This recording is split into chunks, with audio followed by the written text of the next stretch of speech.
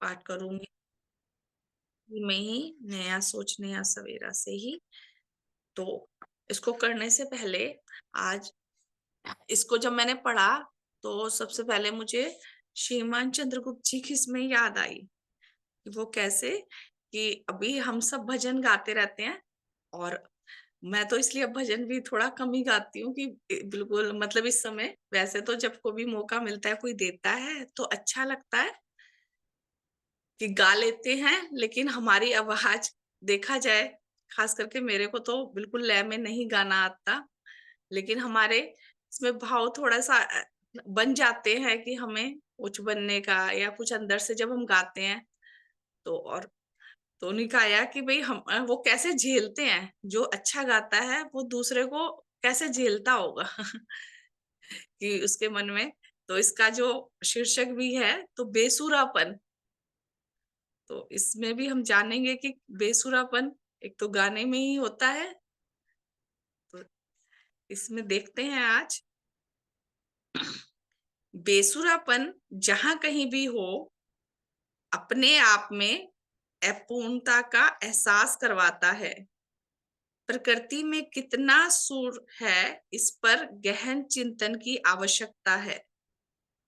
प्रतिदिन सूर्य का निकलना व अस्त होना, भंवरे के गीत, झरने की कल-कल की आवाज, कोयल का मधुर गान, ये सब सुर में होते हैं, वे मन को मोह लेते हैं। सुर का आनंद वे बेसुरेपन से कष्ट अपने-अपने बोधों के अनुरूप होता है और इस घटना इस तथ्य के स्पष्ट करने में सहायक हो सकती है। तो यहाँ पे कंपैरिज़न भी कर रही थी कि हमारे में श्रीमान जी अच्छा है, जो सिंगर के रूप में गाते हैं। तो यहाँ पे लता जी का उदाहरण दिया जा रहा है उनका कि आदरणीय भारत रत्न लता मंगेशकर जी ने हम सभी परिचित हैं, सभी जानते ही हैं उनको। तो उनसे एक बार एक इंटरव्यू लेने वाले किसी पत्रकार ने प्रश्न पूछा कि आपके जीवन में सबसे अधिक कष्टकारी क्षण कब-कब आए? या आपको कब-कब बहुत ज़्यादा दुःख महसूस हुआ? तो इस पर आपने फरमाया, जब-जब किसी ने मेरे समक्ष बेसुरा गाया है। सच में यदि सुरताल का बोध हो तो बेसुरा गीत सुनना एक सजा के समान लगता है। अब हमें ही है, हमें कोई इतनी सुरताल नहीं मालूम, लेकिन अगर हमें भी कौन-सा म्यूज़िक अच्छा लगता है, हम सबको भी कि हम जब संगीत सुनते हैं तो जो बहुत सुंदर सी लय में गा रहा हो, लेकिन अब यहाँ पे देखें कि कितना फ़र्क है कि भगवान की शिक्षा से जुड़कर कि हम में और जो यहाँ पे जो गाने वाले भी हैं, जैसे श्रीमान जी हैं, तो बेसुरा भी गा रहे हैं, तब भी कहते हैं नहीं। तो उनके भाव देखें कि वो हमें क्यों कहते हैं कि नहीं आप अच्छा गा रहे हो, जबकि उन्हें पता है कि वो सुनने वाले के लिए कितना खराब लगता है और जिसे थोड़ा-सा भी गाना आता है उसके लिए तो और भी ज़्यादा, कि भई जिससे हम और आगे बढ़ें और हम गाएँगे तो हम हमारे भाव उच्च बनेंगे। कहीं न कहीं हम भगवन से जुड़ेंगे। हम उच्च भावों से जुड़ेंगे, ना कि हमारी लय को देखते हैं कि हम कैसा गा रहे हैं, कि हमारे भाव उच्च बने रहें। तो कितना भगवन की शिक्षा से जुड़ के कहाँ से हमें कहाँ पहुँचा देते हैं। हम मनुष्य जीवन में भी बेसुरेपन को आसानी से देख सकते हैं। इस बेसुरेपन के 2 कारण हैं। पहला, इंसानी हृदयों पर निम्न व अदना सुख वासनाओं का अधिकार। वे दूसरा, उच्च भावनाओं से विहीन होना। तो अब खाली अब जो बाहरी दुनिया है, जो लता जी ने देखा कि वो उन्होंने सुर में गाने के लिए उन्हें लगा कि सजा है। अब बिल्कुल अपने हिसाब से वो तो इतनी बड़ी सिंगर थी, लग वाक़ई में उनको लगता ही होगा कि जो बाहरी, लेकिन अब अंदर का बेसुरापन कौन-सा है? देखिए जो खास है, जो बेसुरापन है में कि पहला, इंसानी हृदयों पर जो निम्न भावों ने अधिकार कर रखा है, वासनाओं ने अधिकार रख कर रखा है।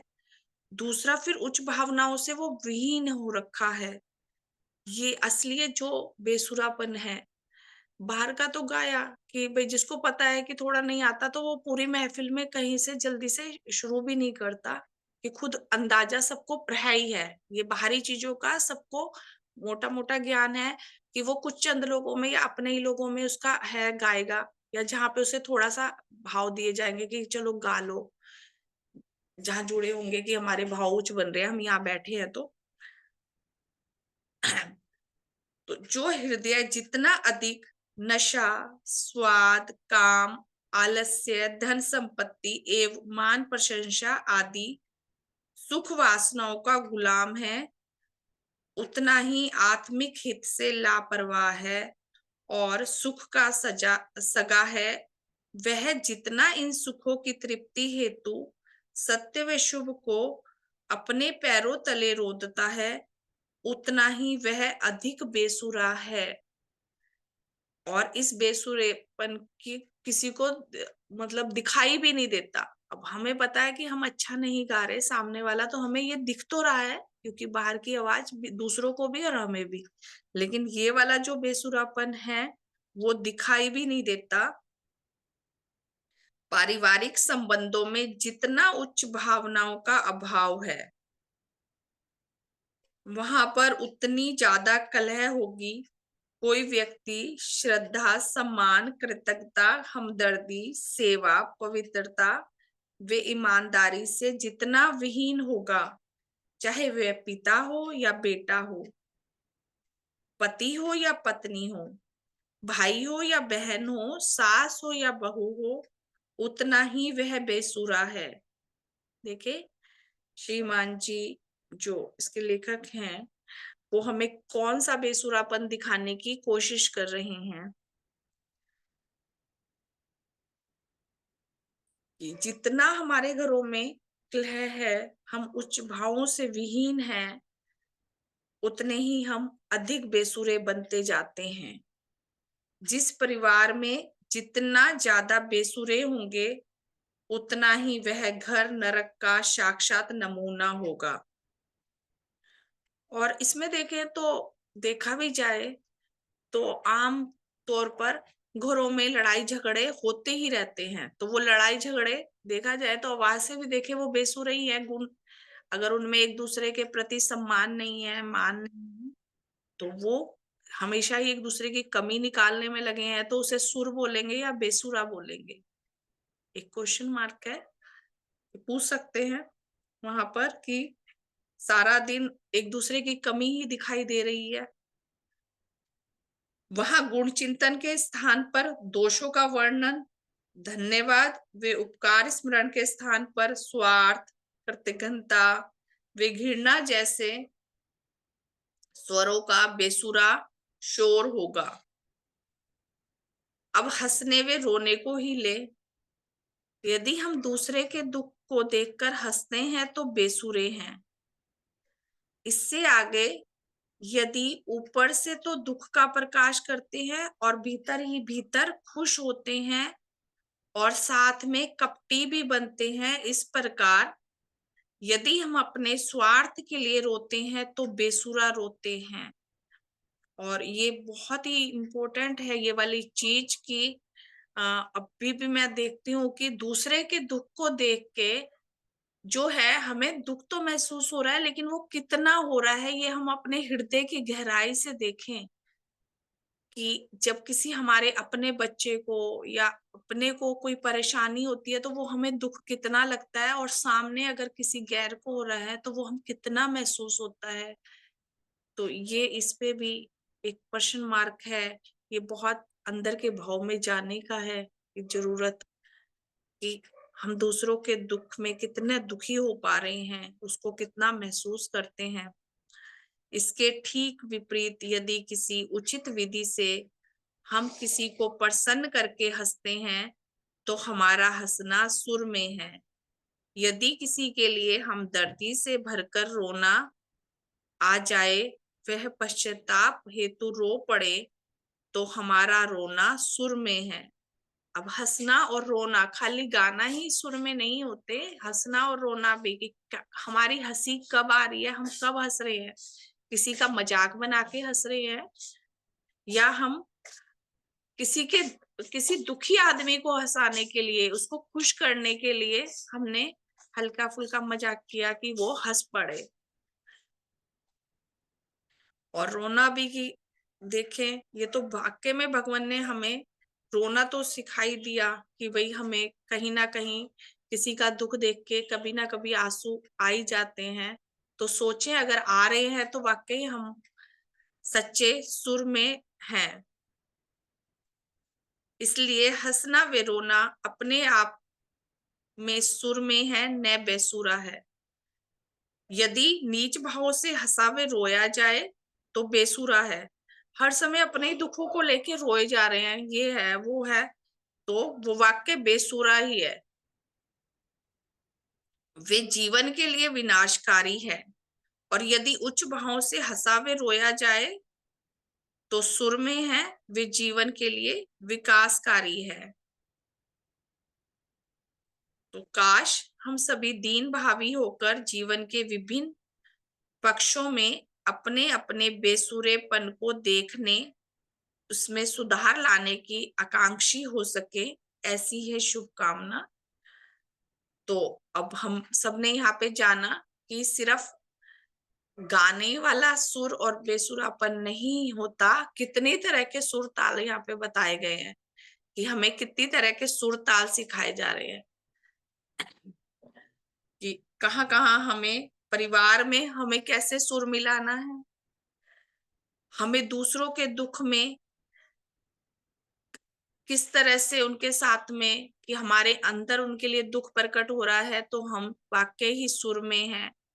और कोई पीड़ा में है और या किसी का हम मजाक उड़ा रहे हैं और हंस रहे हैं तो वो बेसुरे हैं।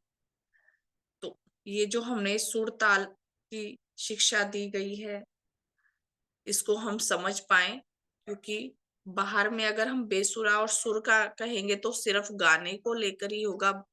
तो यहाँ पे एक हमें नया सुरताल दिखाई दे रहा है, उस सुरताल को हम पहचान पाए और उसे अपना पाए।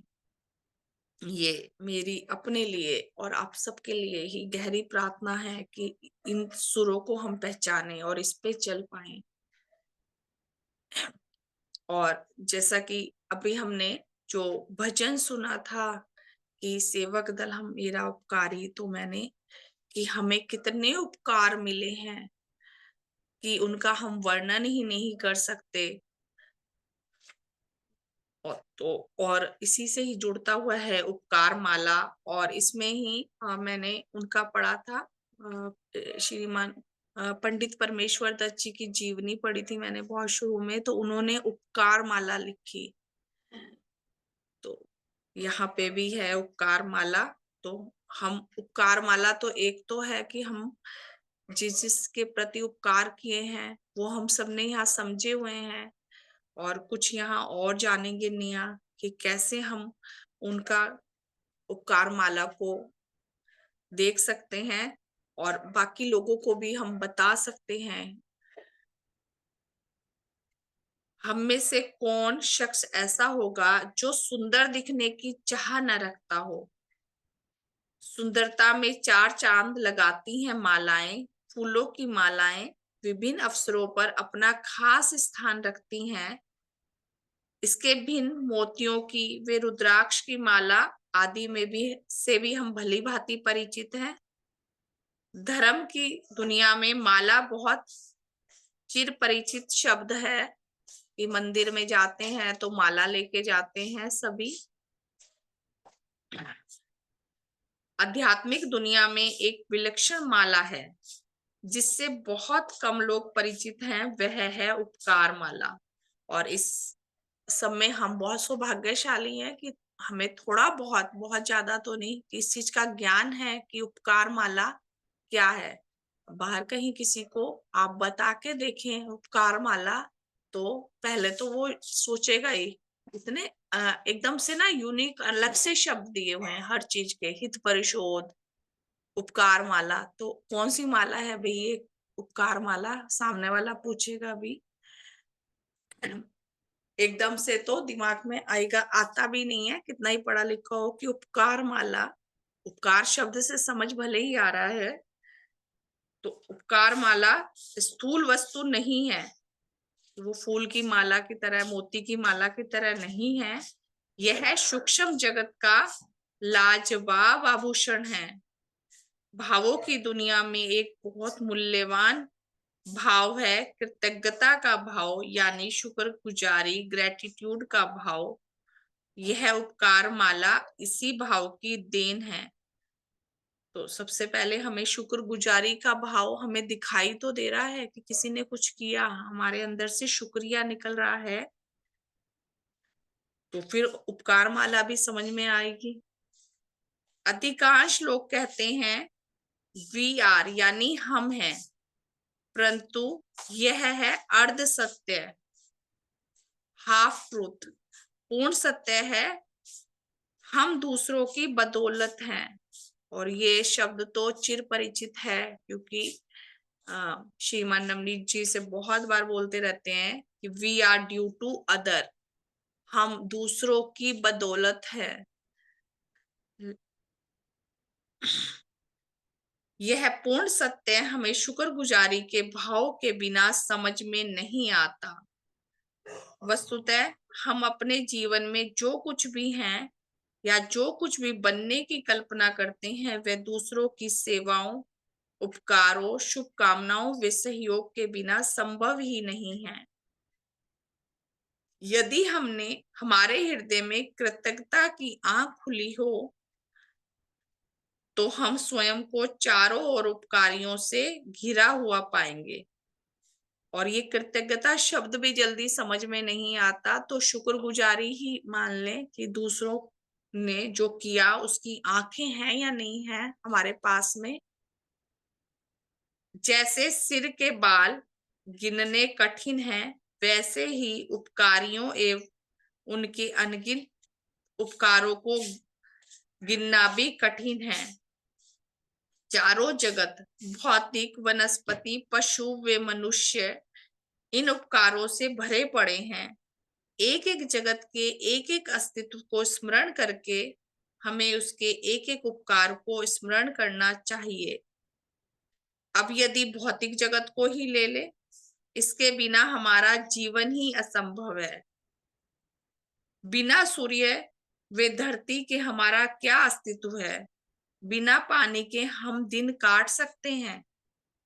और ये चीजें हमें भगवान की शिक्षा में समझ भी आ रही हैं, तो हम कितना उसको याद कर रहे हैं, उसको उपकार को कितना स्मरण कर रहे हैं कि बिना सूर्य के हमारा जीवन अधूरा है। तो वो शुभकामना निकलती है या नहीं निकलती, तभी है कि हमें पता तो चला कि भाई यहाँ पे इन लोगों के हमारे ऊपर उपकार है। वस्तुतः हमारा जीवन इन सब पर निर्भर करता है। ये जो भौतिक जगत है, सबसे पहले यही आया, और इसके बिना हमारा जीवन बिल्कुल अधूरा है ही नहीं। एक प्रकार से देखा जाए, सूर्य ना हो, पृथ्वी ना हो, तो हम ही कहाँ होते। इस क्रम में वनस्पति जगत के उपकारों को देखे तो स्पष्ट दिखाई देता है कि हमारे शरीर की रक्षा व विकास इस जगत पर टिके हैं।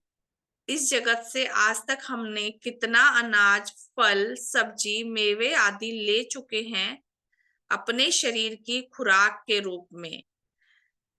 और देखा जाए, अगर हम देखें बचपन से अब तक हमने कितने फल खाए, कितनी सब्जियां खा ली, कितना अनाज, सोचें तो कितने कुंटलों में जाएगा। तो हम उसको जान पाते हैं या नहीं कि भी हम इतना ले चुके हैं वनस्पति जगत से अब तक। इससे आगे पशु जगत के एक एक जीव की उपयोगिता व सेवाओं को देखें। शुरुआती सुबह देखें तो चाय से ही होती है, वो किसी भी हम समय ले रहे हैं तो ये पशु जगत के बिना कितना अधूरी है कि कितना दूध, घी, मक्खन हमने इनसे अब तक प्राप्त किया, कितना इन्हें सवारी हेतु हम प्रयोग में लाए, कितना खेती में इन्हें हमने जोता, अब तो नहीं है, लेकिन इससे पहले खेती इन्हीं साधनों से पशु जगत के बिना नहीं होती थी। अब मशीनों से होने लगी, वो अलग बात है। आदि आदि और अंत में मनुष्य जगत आता है, जिसमें माता पिता, भाई बहन, जीवन साथी और संबंधियों से लेकर गुरुजन, अध्यापक, पड़ोसी, फौजी, माली, धोबी, दूध वाला, सब्जी वाला, इंजीनियर, वैज्ञानिक आदि किन किन रूपों में हमारे कितने हित चिंतक व सेवाकारी हैं। और ये तो कुछ एक के नाम हैं। अगर इन्हीं उपकारियों के नाम हम लेने लग जाएं तो पूरा दिन ही बीत जाए कि एक एक चीज के लिए हम दूसरों पे हैं डिपेंड। कि सुबह से ही देखें कि दूध नहीं है तो चाय नहीं बनेगी, फिर उसके बाद गैस नहीं है, चूल्हा नहीं है, भौतिक जगत के सामान है, तो चाय बनाएंगे किसमें? कि कोई ना कोई उपकरण चाहिए जिसके अंदर बनाई जाती है। तो इस तरह अगर एक एक चीज गिनना शुरू करें ना, तो इसी में ही पूरा उपकार माला में ही दिन निकलने वाला है। जिनकी सेवाओं पर हमारा जीवन निर्भर करता है, वस्तुतः इन सबको स्मरण करना और धन्यवाद देना ही उपकार माला है। तो जब जब जिस जिस चीज से लगे हमें कि हाँ भाई, इससे हमने इतना उपकार पाया कि कोई बर्तन ही है, हम उसके बिना, कि गिलास के बिना, कोई और चीज के बिना पानी पीना, चाय पीना, दूध पीना, कि हाथ में लेकर तो नहीं पिया जाएगा। तो जब जब इन चीजों का आए तो धन्यवाद दें, यही उपकार माला है। और वे जन बहुत सौभाग्यशाली हैं जिन्हें यह माला मिल जाती है। ऐसे जन फिर कभी उदास, निराश व हताश नहीं होते। और सबसे जो इसमें और भी गहराई एक छुपी है कि हम धन्यवाद तो दे रहे हैं और इससे हमें कितना कुछ मिलता है, कि हम निराश नहीं होते, खुश रहते हैं हमेशा। उनका जीवन कभी भी शिकायत से भरा नहीं रहता। किसी विचारशील ने सही कहा था कि खुश रहने का मंत्र यह है कि अपना निवास शिकायत गली से हटाकर धन्यवाद मोहल्ले में शिफ्ट कर लें, जो हमारा निवास स्थान है। और कौन सा वाला? हमारा निवास, अपना घर नहीं बदलना हमें। अब वो हम सब यहाँ पे जान रहे हैं, तो ये भी हमारा समझे समझ का जो है लेवल थोड़ा ऊपर जा रहा है, कि हमें कहाँ पे जाना है। धन्यवाद मोहल्ले का अर्थ है उपकार माला से ही है, कि ना कि हमें कोई गली मोहल्ला बदलना है। हम अपने मन के सूक्ष्म भाव से जो है निकलकर, तंग दायरे से निकलकर एक बड़े दायरे में, बड़ी सोच में शिफ्ट हो जाएं। तो उससे हम खुद को भी, हमारे घर चाहे भले ही कहीं छोटी गली में है, छोटे हैं, लेकिन हमें वो भी बड़े महसूस होने लग जाएंगे अगर हम इस तरह से मन के भाव से, अपनी सोच से अपना दायरा बड़ा कर लेंगे, धन्यवाद मोहल्ले में आ जाएंगे। तो हमारी सोच बड़ी हो, ये हम सब अपने भावों में लाएं, प्रार्थना में रखें, और हमें ये सारे उपकारी दिखाई दे सकें। सौभाग्यशाली हैं वे आत्मा जिन्होंने इस माला को पा लिया है एवं इसका निरंतर जाप करते रहते हैं और अपने जीवन को सदा हरा भरा रखने की कला सीख गए हैं। और सबसे बड़ी है कि वो, कि हमारा जीवन हरा भरा, हमारा मन खुश रहता है इन सारी चीजों से, कि हमें दिखाई देता है कि हमने उनसे ये पाया, उनके अंदर ये गुण है, उनके अंदर ये गुण है। तो हमारा खुद का भी मन हर समय खुशियों से भरा रहता है। तो ये सारी चीजें, काश हम में से ऐसा कोई भी ना हो जो इस अत्यंत असरकारी उपकार मालाओं के लाभों से वंचित रह जाए, ऐसी है शुभकामना। हम सब जो हैं यहाँ पर बैठे हुए, तो हमें भी ये सारी चीजें दिखाई दें, और अत्यंत असरकारी तभी है कि हमें इससे हमने लाभ लिया और पहचान सकें। हर चीज में ही देखें हम कि भगवान के से जुड़ने के बाद में, इनकी शिक्षा को जानने के बाद, जो हमें अपने अंदर देखें कि जो चेंज दिखाई दिया कि पहले हम सोचते हैं कि खुद को कि हम जैसे सब कुछ पता है, बहुत समझदार है, कि हमारे अंदर कोई गलती भी नहीं, और वाकई ठीक भी है कि सामने वाला है गलत। मैंने मान लिया कि हाँ वो गलत है, लेकिन वहां पे हम देखें कि अगर उसके हम गुण देख रहे हैं, अच्छी आदत देख रहे हैं, और हमने उन चीजों को देख के उनके सामने बोलना शुरू करा, तो देखें कि जो उनके गुणों को देखा, तो वो जो कमियां हैं, जो हम जिसे हम बार बार देख रहे थे हमेशा शिकायत में कि तुम्हारे अंदर, हम अपने सबसे बड़े पहले परिवार में ही लेके चले, कि इसमें ही मैं अपना एग्जाम्पल है कि हम अपने घर में जो अ, श्रीमान जी हैं, अशोक जी, तो उनकी हमेशा पहले क्या था कि कमी दिख रही है कि ये नहीं हो रहा, वो नहीं हो रहा, मैं बोल रही। तो उससे क्या हो रहा था? लड़ाई झगड़ा। तो वो मुझे बोल रहे थे, तो उससे क्या है, वही बेसुरापन कि लड़ाई झगड़ा बढ़ता जा रहा है। अब मुझे उनकी अच्छाइयां दिखने लगी कि भगवान की रोशनी, भगवान ने आंखें दी, वाकई में आंखें ही नहीं है कि हमें तो कमी कमी दिख रही है, अपना दिख रहा है, और ठीक है भी कमी, मैंने मान लिया कि हाँ है, लेकिन हमने अच्छी चीजें तो देख ही नहीं रहे ना, तो कमियां ही देख रहे हैं, और अपनी अपनी सारी चीजें हमें अच्छी दिखाई दे रही हैं, अपनी कमियां दिखाई नहीं देती। तो वही सुर और बेसुरा है कि अपनी कमी अगर हम हमें अपनी दिखने लगी और दूसरे के गुण दिखने लगे, तो सुर अपने आप ही बन गया, और उसमें ही हमारी उपकार माला भी हो गई कि हमें जब दूसरों के उपकार दिखाई देने लगे, और वो है भी, हमेशा हम एक दूसरे के बिना अधूरे हैं, कि चाहे वे हमारे साथी बच्चे हैं, या हमारा परिवार है, या और भौतिक सामान है, तो इन सब के बिना हम अधूरे हैं, और उसको सुर में तभी लाएंगे कि जब हम इनके उपकार दिखाई देंगे। तो इन दोनों को हम मिला के चलें, हम सुर में तभी आ सकते हैं जब हम दूसरों के गुणों को जानेंगे और उन्हें एप्रिशिएट, अगर हमें किसी की कमी बतानी भी है ना, तो एक पहले उसके गुण, उसकी तारीफ तो करें, फिर आराम से बताएं, तो वो समझता है। करके देखें, ये उसकी समझ में आता है कि हाँ नहीं, मेरे में ये कमी है। पहले उसकी अच्छी चीज तो बताएं, कितनी अच्छी चीजें हैं उनमें जो हमें दिखाई ही नहीं देती। तो इतना भगवान का शुक्रिया जितना करें उतना ही कम है कि हे भगवान, हमें आपने कौन सी आंखें दे दी हैं।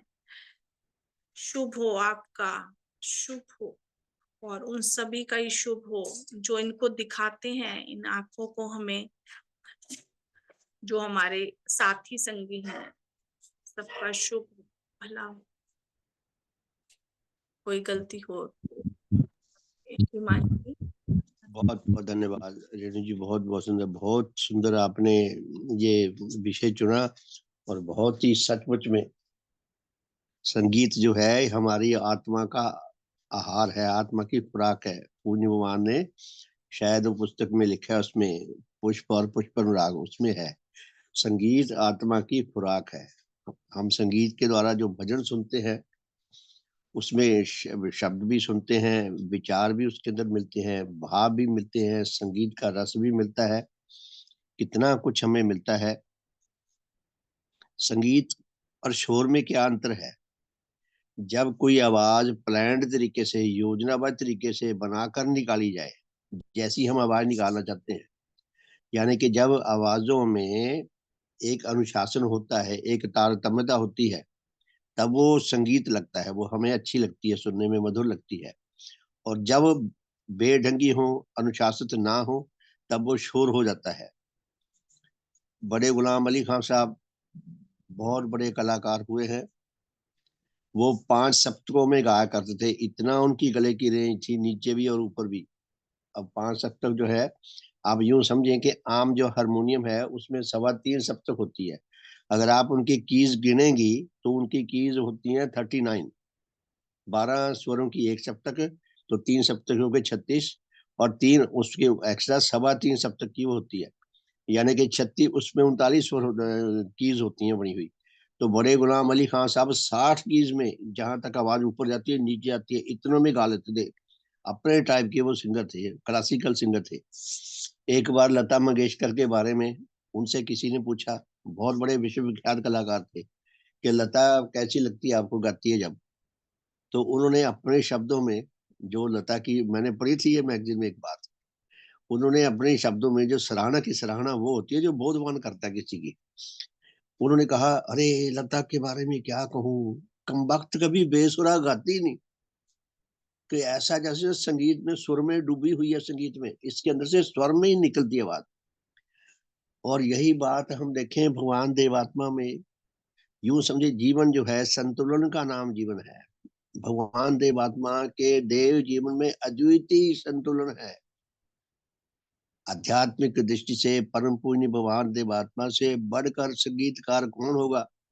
श्रद्धेय कर्ण जी ने एक पुस्तक लिखी है इंग्लिश में, माई भगवान but I saw of him, मैंने भगवान में क्या देखा। तो उसमें एक उन्होंने घटना का उल्लेख किया है कि एक सितार वादक देवाश्रम लाहौर में आए, भगवान को सितार सुनाने के लिए उनको बुलाया गया।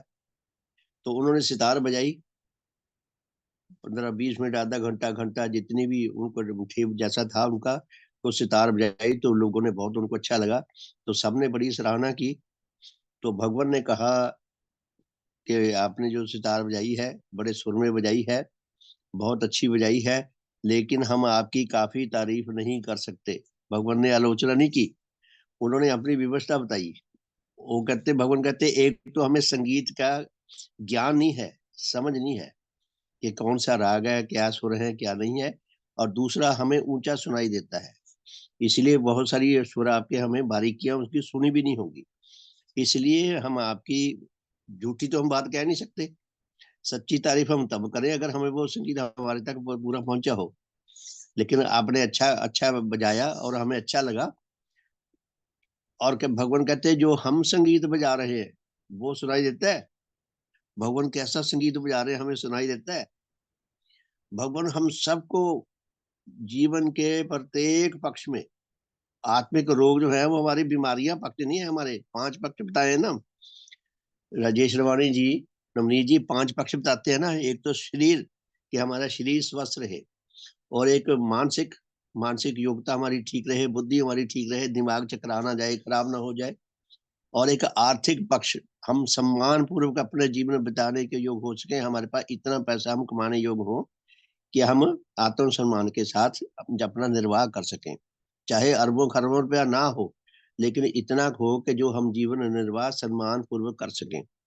और फिर नैतिक पक्ष, सामाजिक पक्ष, आध्यात्मिक पक्ष, तो भगवान देवात्मा से बढ़कर अद्वितीय संगीतकार कौन होगा, जिनके श्री चरणों में हमें आने का सौभाग्य मिला, और हमारे बिगड़े हुए सुर, हमारे बिगड़े हुए साज, ये भी थोड़े थोड़े सुर में आ ही रहे हैं। एक दो दो एक एक दो व्यक्ति हैं, शरीर सबका एक जैसा होता है, लेकिन एक व्यक्ति के अंदर से मधुर स्वर निकलते हैं, और एक के अंदर से स्वर बेढंगे स्वर, आवाजें निकलती हैं, शोर निकलता है। तो गड़बड़ का है, शरीर का अंदर की बराबर दोनों की सेम है, गड़बड़ है आत्मा में। जिसकी आत्मा में बोध होंगे, संतुलन के बोध होंगे, आवाजों में भी संतुलन के, आचरण में भी, विचारों में भी, भावों में भी, जो जो संतुलन में रहना सीख गया, उसके अंदर से जो संगीत निकलता है, उसके अंदर से जो प्रभाव निकलते हैं, वो अधिकारी आत्माओं को जरूर प्रभावित करते हैं। तो बहुत सुंदर उद्बोधन, बहुत सुंदर ये विषय, काश हम सब सुर में आ सके, सचमुच में मन वचन कर्म से सुर में आ सके, जीवन के प्रत्येक पक्ष में हम सुर में आ सके। भगवान की कृपा हम पर निरंतर बरस रही है, हम उसका सदुपयोग करने के योग्य हो सके, सदुपयोग करने लग सके, मैं कर सकूं, आप सब कर सकें। तो छोटा से शुभ कामना करके आज के साधन को विराम देंगे। हे परम पूजनीय सतदेव श्री देव गुरु भगवान, आप अद्वितीय धर्म जगत के, अद्वितीय धर्म भवन के अद्वितीय शिल्पी हैं। सतगुरु, आपने ऐसे धर्म भवन का निर्माण किया है जिसकी निर्माण तिथि तो है, जिसकी नष्ट होने की कोई तिथि नहीं है। हे भगवान, आपके द्वारा निर्मित यह धर्म भवन नेचर की आत्मा है, विकास क्रम का मूर्त रूप है। आपके द्वारा निर्मित यह धर्म भवन विनष्ट होने के लिए नहीं है, सदा सदा विजयी रहने के लिए है। विश्व में, दुनिया में जितने भी अधिकारी आत्मा हैं, जितने भी सुपात्र जन हैं, जितने भी सच्चे धर्म जिज्ञासु आत्मा है, उन सब के लिए अति सुंदर, अति हितकर, अति कल्याणकारी उच्च जीवन रस प्रदान करने वाला हमारे धर्म मार्ग को हमारे धर्म मार्ग को प्रदर्शित करने वाला, उस पर चलने के लिए हमें आध्यात्मिक बल प्रदान करने वाला स्थायी आश्रय स्थल है। सतगुरु, आपने अपने इस धर्म भवन में, आपने अपने इस धर्म जगत में हमें ग्रहण करके हम पर बहुत कृपा की है। आपको जितना धन्यवाद दें उतना कम है, आप पर जितना बलिहार जाए उतना कम है। हे भगवान, आप धन है, आप धन्य है, आप धन्य है। हे सतगुरु, आपका सब प्रकार से शुभ हो, सब प्रकार से हित हो, सब प्रकार से मंगल हो, सब प्रकार से कल्याण हो। आपके परम श्रद्धेय माता पिता, दादा दादी, नाना नानी तथा अन्य सब महान पूर्वजों का शुभ हो।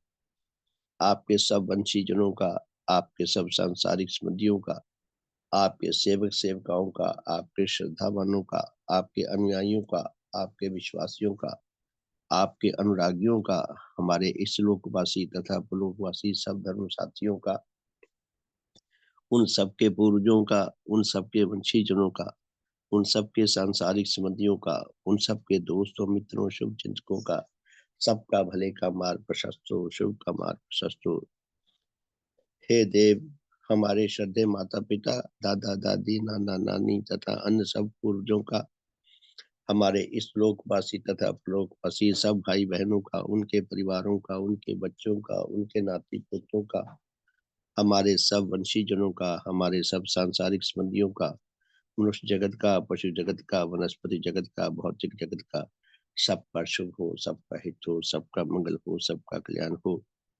हे भगवान, विश्व में जहाँ जहाँ कहीं अधिकारी आत्मा वर्तमान है, उन सब तक आपके धर्म प्रभाव शीघ्र से शीघ्र पहुंच सके, उन सब के शुभ का मार्ग खुल सके। आपके महान मिशन में, आपके विज्ञान मूलक सद्धर्म की छत्र छाया में आकर सारे मनुष्य जगत को जीवन व्यतीत करने का, आपके महान मिशन में सेवाकारी होकर अपने मनुष्य जीवन को सफल करने का, सार्थक करने का, सच्चा आत्म कल्याण लाभ करने का, आपकी महिमा को उपलब्ध करके पूरे संसार में फैलाने का, और इस तरह आपकी प्रसन्नता लाभ करने का उन्हें सौभाग्य प्राप्त हो सके। हमारे धर्म संधियों की गणना में अधिक से अधिक वृद्धि हो, सारे मनुष्य जगत को आपके धर्म जगत में आकर सच्चा आत्म कल्याण लाभ करने का सौभाग्य प्राप्त हो। हे सतगुरु, हे भगवान, काश नेचर में कोई ऐसी विधि विकसित हो सके जिससे अनाधिकारी आत्मा भी अधिकारी बन सके, उन सब के भले का मार्ग भी प्रशस्त हो सके, सबका शुभ हो, सबका हित हो, सबका मंगल हो, सबका कल्याण हो। भगवान देवात्मा की जय। भगवान देवात्मा की जय। भगवान देवात्मा की जय। भगवान देवात्मा की जय। सबका शुभ हो, सबका हित हो, सबका मंगल हो, सबका कल्याण हो। बहुत बहुत धन्यवाद प्यारे धर्म साथियों। हमारा कितना बड़ा सौभाग्य है कि हमारा हमारा दिन निकलता है भगवान के श्री चरणों में बैठकर उनके प्रभावों को लाभ करते हुए। तो काश ये हमारा सिलसिला लगातार चलता रहे, निरंतर चलता रहे।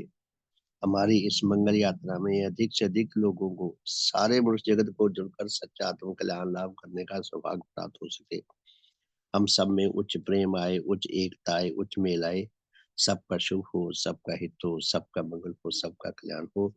बहुत बहुत धन्यवाद आप सबका। तो फिर शाम को मिलेंगे 4:30 बजे और रात को मिलेंगे 8:40 पे। सबका शुभ हो, सुप्रभात। बहुत बहुत धन्यवाद, बहुत बहुत धन्यवाद जी सबका।